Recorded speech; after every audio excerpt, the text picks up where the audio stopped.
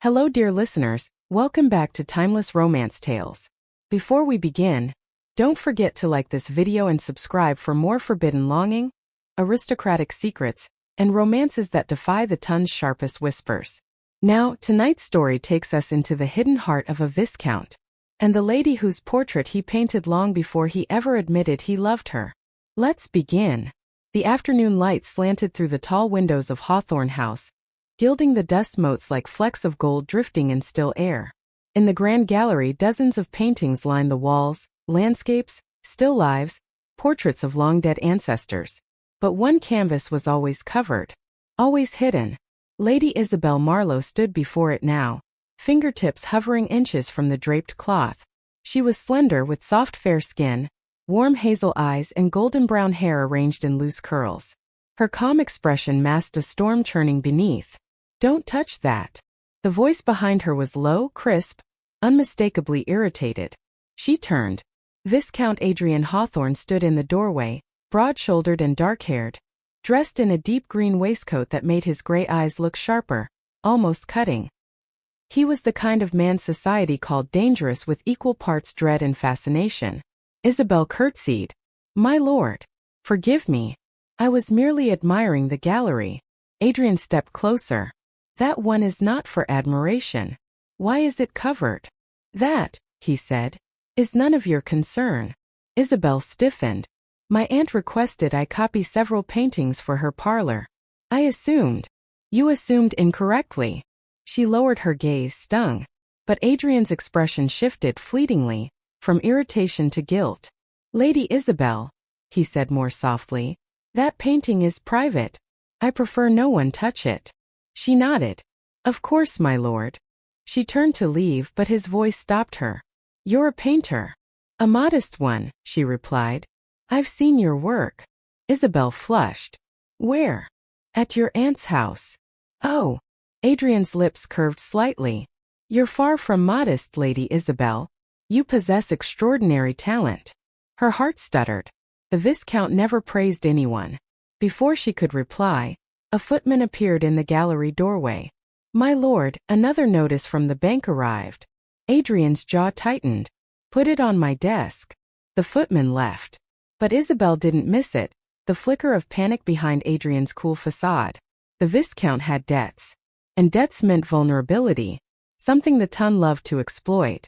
That evening, Isabelle returned to her aunt's carriage with trembling hands. She stared out the window at the massive stone columns of Hawthorne House as they faded from view. Why did the painting matter so much to him? Why hide it? And why, of all lords in London, did he call her extraordinary? She knew one thing. She needed to see that hidden portrait.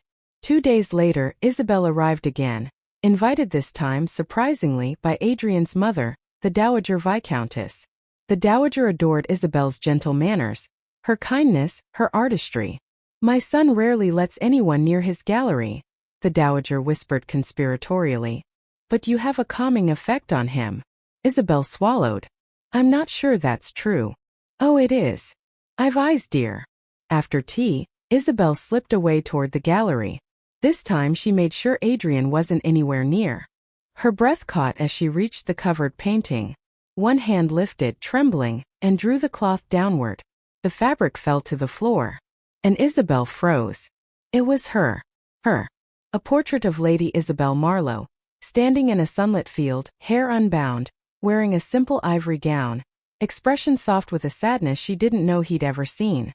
But he had. He'd seen everything. Isabelle pressed a hand to her chest. Adrian had painted her in secret. "Why? How dare you?"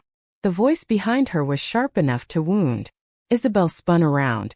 Adrian stood in the doorway, breath unsteady, eyes blazing. "My lord, I didn't know. You had no right." "I'm sorry," she whispered. "I only wanted." "You wanted what?" He strode closer. "To see what I keep locked away? To confirm the gossip." "Gossip?" Isabelle breathed. "That I'm obsessed with you." Her heart slammed painfully. "My lord, that portrait was never meant to be seen." "Then why paint it?" she whispered. Adrian's voice cracked. "Because I couldn't help myself." The silence between them deepened, charged, fragile, alive. Then footsteps echoed from the hallway. Adrian. A man's voice. Smooth. Mocking. Lord Percival Wycliffe. Adrian's rival. A man with more wealth than decency. He entered the gallery with a sneer. My, what a scene. Adrian stiffened. You are not welcome here, Wycliffe. But I have news, Wycliffe said, waving a paper. The ton will hear about your debts by sundown. Your estate is weeks from collapse. Isabelle gasped. Adrian's face went pale. Wycliffe turned to her with a cruel smile. You see, Lady Isabelle, your dear Viscount is a sinking ship. Best you free yourself from him. Adrian's voice turned lethal. Get out. Wycliffe chuckled. I will. But not before letting you know. I intend to purchase Hawthorne House when your debt forces its sale. Isabelle felt sick. Wycliffe looked at her again. And Lady Isabelle, you may come with the house. She slapped him. Hard. The echo cracked like a whip. Wycliffe's eyes flared with rage. You will regret that. Adrian stepped between them instantly. Touch her, threaten her, speak to her again, and I will ruin you. Wycliffe smirked. See? Obsession. He turned and left. The gallery was silent. Too silent. Isabelle whispered. Adrian, your debts. It doesn't matter. He cannot have you. Adrian, I wasn't concerned about me. I was. She stepped closer. Why do you care so much? Because the portrait was never a secret of obsession, Adrian said quietly.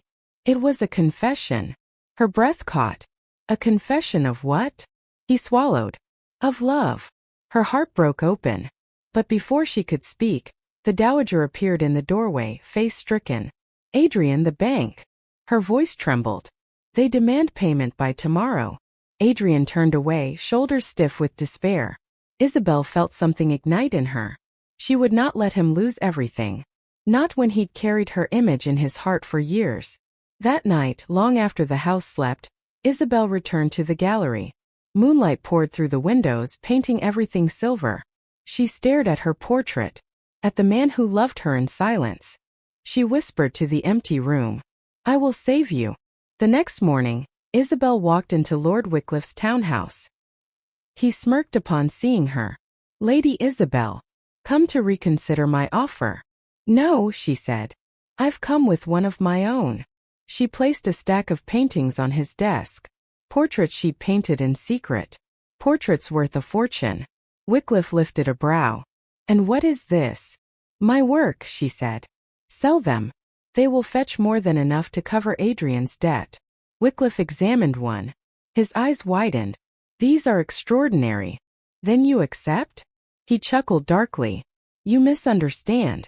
I want something else. She stiffened. No. I haven't named it yet. My answer is still no. He smiled dangerously. Then Hawthorne House will be mine. Her breath faltered. Then a voice thundered. No. It will not. Adrian stormed into the room, fury blazing in his eyes. Isabelle, what are you doing here? She stepped toward him. Trying to save you. You don't have to. Wycliffe laughed. She offered to pay your debts. Touching. Adrian turned on him. You will not take her paintings. You will not take her dignity. And you sure as hell will not take my home. Then pay your debt, Hawthorne. Adrian breathed hard. I already have. Wycliffe blinked. What? Adrian held up a document with the bank seal. I sold my townhouse in London. Everything I own. Everything except the memories inside Hawthorne House. You will not win. For the first time, Wycliffe looked defeated. He spat. You're a fool. Perhaps, Adrian said. But she is worth all of it. Wycliffe's glare moved between them, and with a final snarl he swept out. The room fell silent. Adrian turned to Isabelle, voice breaking. You came here alone. You risked your reputation. Why? Because I love you, she whispered. Adrian froze. What you painted in secret, she continued softly. I felt too. I just didn't know how to say it. His breath trembled. Isabelle stepped closer. Adrian, your love saved me long before I ever saved you. He cupped her face with a tenderness that shook her to the core. Isabelle, he murmured. May I? Yes, she breathed. He kissed her. Slowly. Deeply. A kiss filled with years of hidden devotion, unspoken feelings, and a future neither of them had dared dream. The wedding was held weeks later, a celebration Hawthorne House had never seen before. The tongue whispered, of course. She saved him. He saved her. What a scandal! But when Adrian lifted his bride's veil, all gossip died in the air.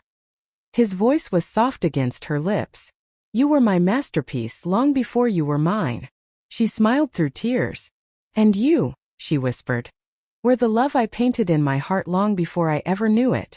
Their kiss sealed more than a union, sealed a promise, a life rebuilt from sacrifice, devotion, art, and a love fierce enough to silence every whisper in London.